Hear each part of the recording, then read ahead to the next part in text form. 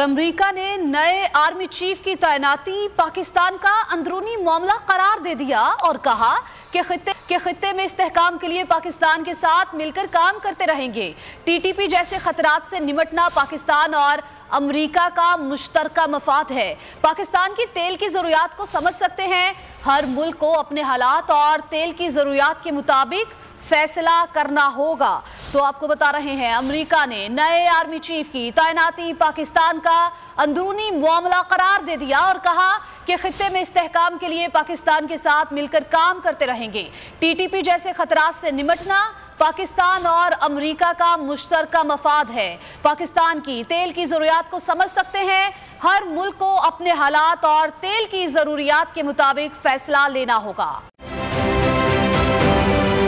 आप ये समझें, ये जो हक है ना, हक पे खड़े रहना और हक को बोलना, ये दूर से लगता है तन्हा हो गए लोग। आप खान साहब को देखें, तन्हा दिखाई देने, सारी जमातें मिलकर उनके खिलाफ हैं, लेकिन आज भी पाकिस्तान की आवाम उस हक की आवाज़ के पीछे जो है 80% से ज़्यादा आवाम उनके साथ है। सेम एग्जैक्टली इसी तरीके से बोल की कहानी है भाई। बिल्कुल अलग आपको तन्हा दिखाई देगा, हर जगह आपको खड़ा हुआ नजर आएगा, हटेगा नहीं किसी चीज़ से। और उसके साथ भी 80% आवाम अगर आज आप देखें तो उसे बोल दिख रही है।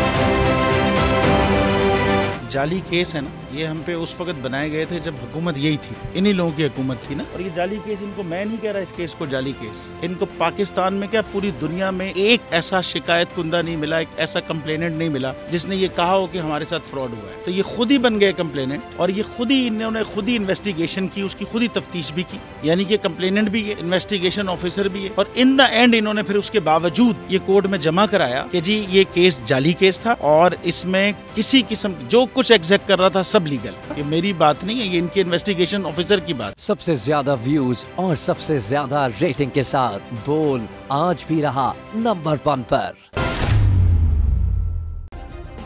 सब्सक्राइब करें और बेल दबाएं ताकि कोई खबर रह न जाए।